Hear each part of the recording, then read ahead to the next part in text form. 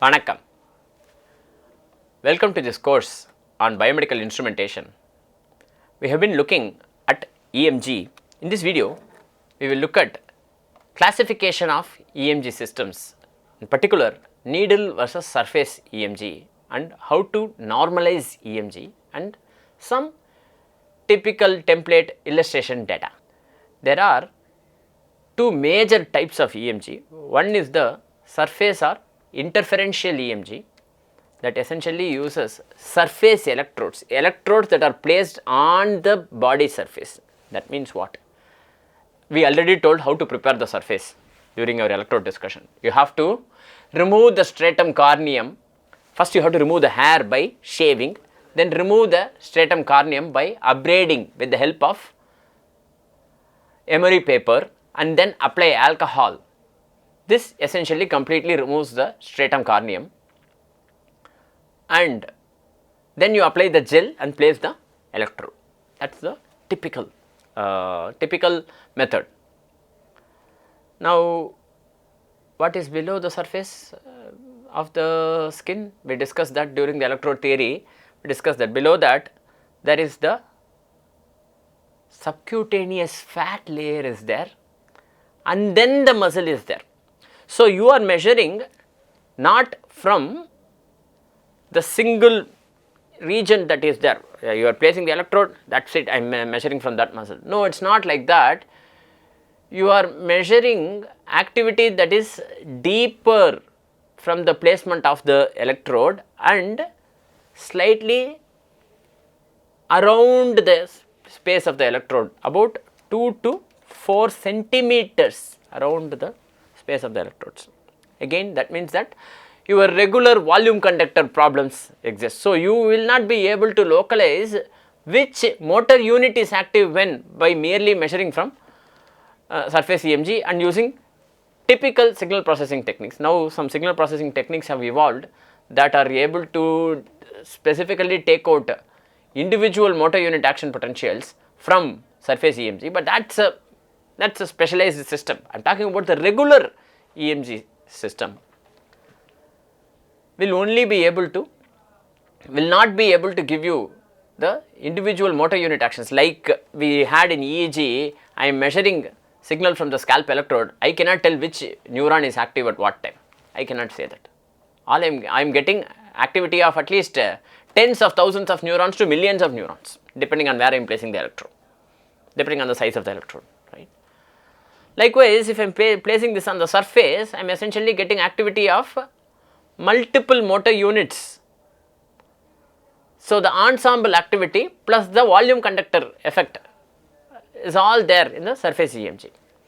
The alternative is the needle EMG or the intramuscular EMG. In this case, an electrode is inserted into the body to a particular location within a particular muscle. This obviously requires clinical expertise. Only a clinician, a surgeon can do that. A trained clinician can do that. Maybe they are having a specific reason why they are interested in this.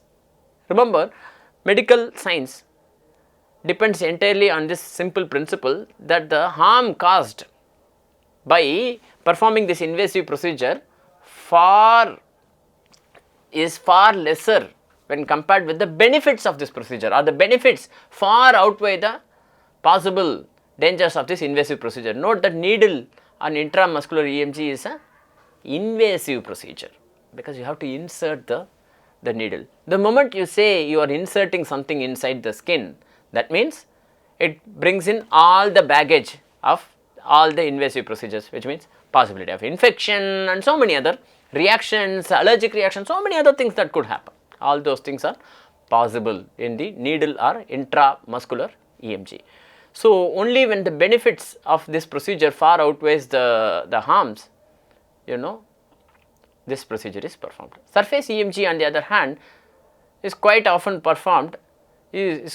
used even in research settings. But even in that case, you need to still, for proper site preparation, electrode placement preparation. I have been doing this for more than 20 years now. Long time ago we studied bar benders as part of my work. master's, not my work, as part of my work in the lab during my master's, on ergonomics of how civil construction workers were performing. At that time, we used to shave their body to remove the hair and then abrade with salt paper and then apply and then clean it with alcohol and then apply the electrode gel, and then this thing has not changed by much. This won't change by much because stratum corneum and its properties, hair and its properties, all of them don't change overnight. Okay. So, even after 20 years, the same procedures are still being followed for surface EMG to improve the signal quality. Remember that volume conductor effects persist in surface EMG. In needle EMG, you will be able to get a better spatial resolution, but still note that volume conductor effect still persists even in needle EMG.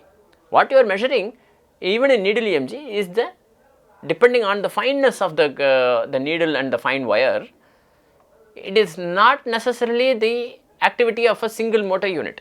It is possible to measure that, but you might still get, depending on the resolution, you might still get volume conductor effects. Okay. What are the differences between surface EMG and needle EMG? Essentially, surface EMG measures activity in fairly large group of muscles, large muscles. Needle EMG measures activity within a particular region, within a particular single muscle. Surface EMG, usually surface electrodes do not interfere with natural function. They should not, but depending on the application, they may slightly cause some discomfort. Needle electrodes considerably reduce movements, so they considerably interfere with the function, natural function. What you are measuring in surface EMG, the mean amplitude that you are recording varies almost linearly, not always linearly, it is a non-linear function. The EMG is proportional, EMG or rather the integrated EMG, integral of EMG is proportional to force, proportional only, not linear. Okay. Almost linearly, in a particular range it is almost linear with the force generated at a constant length. Constant length means, how can force be generated at constant length? These are the so called isometric contractions. The details of what is an isometric contractions and or during contractions with a constant velocity, the details of this are I have taught in my other course on neuroscience of human movements, do check that. Whereas in the needle EMG, the mean amplitude that you are recording is usually the activation of a single motor unit. I mean, depending on the case, you may be able to record activation of a single motor unit. A major disadvantage of surface electrodes is their inability to specifically monitoring deep muscles, because there are muscles that are surface, that are on the surface, the so called only suited for superficial muscles. Superficial means those that are on the surface, but there will be some muscles that are deeper inside below the top muscle. Those activities you cannot measure, or you are measuring the volume conductor activity of those muscles also. Needle electrodes is a modality of choice in case you are interested in measuring from deep muscles, or if you are interested in performing nerve conduction velocity studies, NCV studies, nerve conduction velocity studies, and conduction latency testing for studying and checking, diagnosing neuropathy, peripheral neuropathy. For performing NCV and for performing conduction velocity for peripheral neuropathy, or for detecting possible MS or GBS, for possible demyelination disorders, etc. Right. Raw EMG signals are highly variable, so you really cannot make, even for the same person between sessions, you cannot compare raw EMG signal of one session with another session. You must always normalize it with respect to some standard signal, some standard task. Usually this standard task, what is the standard task? Usually this standard task is the maximum voluntary contraction, max voluntary contraction task. Once again, what is this maximum voluntary contraction, is a topic of debate. I will leave this as an exercise for you to check what it is. It is the maximum force that can be produced by the person willingly, but then sometimes when you, come on, you can do it, like that, if you encourage, they may be able to do a little bit more. Many times we think we can do so much, but we can actually do a little bit more than what we think we can do. Usually we underestimate our ability to do physical activity, and also to do any other activity. We usually underestimate our abilities. So, some verbal encouragement helps, but even then there is a difference between true MVC, what is actually the person's maximum capability, versus the measured MVC. So, normalization usually refers to normalization with respect to some true gold standard MVC. Remember that. That's a matter of controversial, that's a matter of detail that I am leaving for you to check. Okay. In general, though, you cannot compare raw EMG. That is something that you need to keep in mind. Even for the same participant across sessions, you cannot compare raw EMG, because the initial conditions are different, which is why you need to compare the normalized EMG between sessions. Okay. So, what is the typical signal processing pipeline? This is the raw EMG. Then you filter it, high pass filter it, then you rectify it. Rectification is not merely the taking the absolute. You need to remove the DC offset. Remember that. It is not merely the taking the absolute in MATLAB. Rather, you need to remove any DC offset that might be there. Remember that. Rectification means rectification, full wave rectification. Sometimes you can also perform this using hardware, full wave rectification. Okay.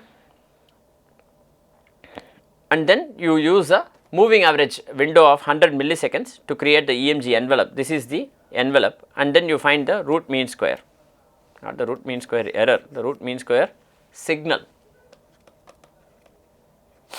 This is the root mean square signal. So, every time I do a bicep curl, I see an envelope that is smooth like that. That is related to the activity. I can compare this with kinematics. Kinematics means movements, and I will usually see that the EMG precedes kinematics, or kinematics follows EMG due to that electromechanical delay. Okay. Critical, sometimes you also perform integration. Depending on the application, you perform integration. It is critical that you always perform integration after rectification. If you integrate first and then perform rectification, you will have nearly 0, because this has signals both above 0 and below 0, and integration will take area above the axis and below the axis, and it will essentially subtract, which is why you must first rectify, follow it with integration. You must never integrate first and then rectify. Something to always keep in mind. Students of this course will never make this mistake of integrating first and then rectifying. You will always rectify, follow it with integration. With this, we come to the end of this video. In this video, we looked at the difference between surface and needle EMG and the details of how they vary, and how do you normalize EMG. What is the typical method, the maximum voluntary contraction based, and we illustrated a typical signal processing pipeline. Remember, the key is to always rectify first followed by integration. Never integrate first and rectify. Also, when you say rectification, it is not merely taking the absolute, but rather removing any DC offset that is there. Okay. So, with this we end this video. Thank you very much for your attention.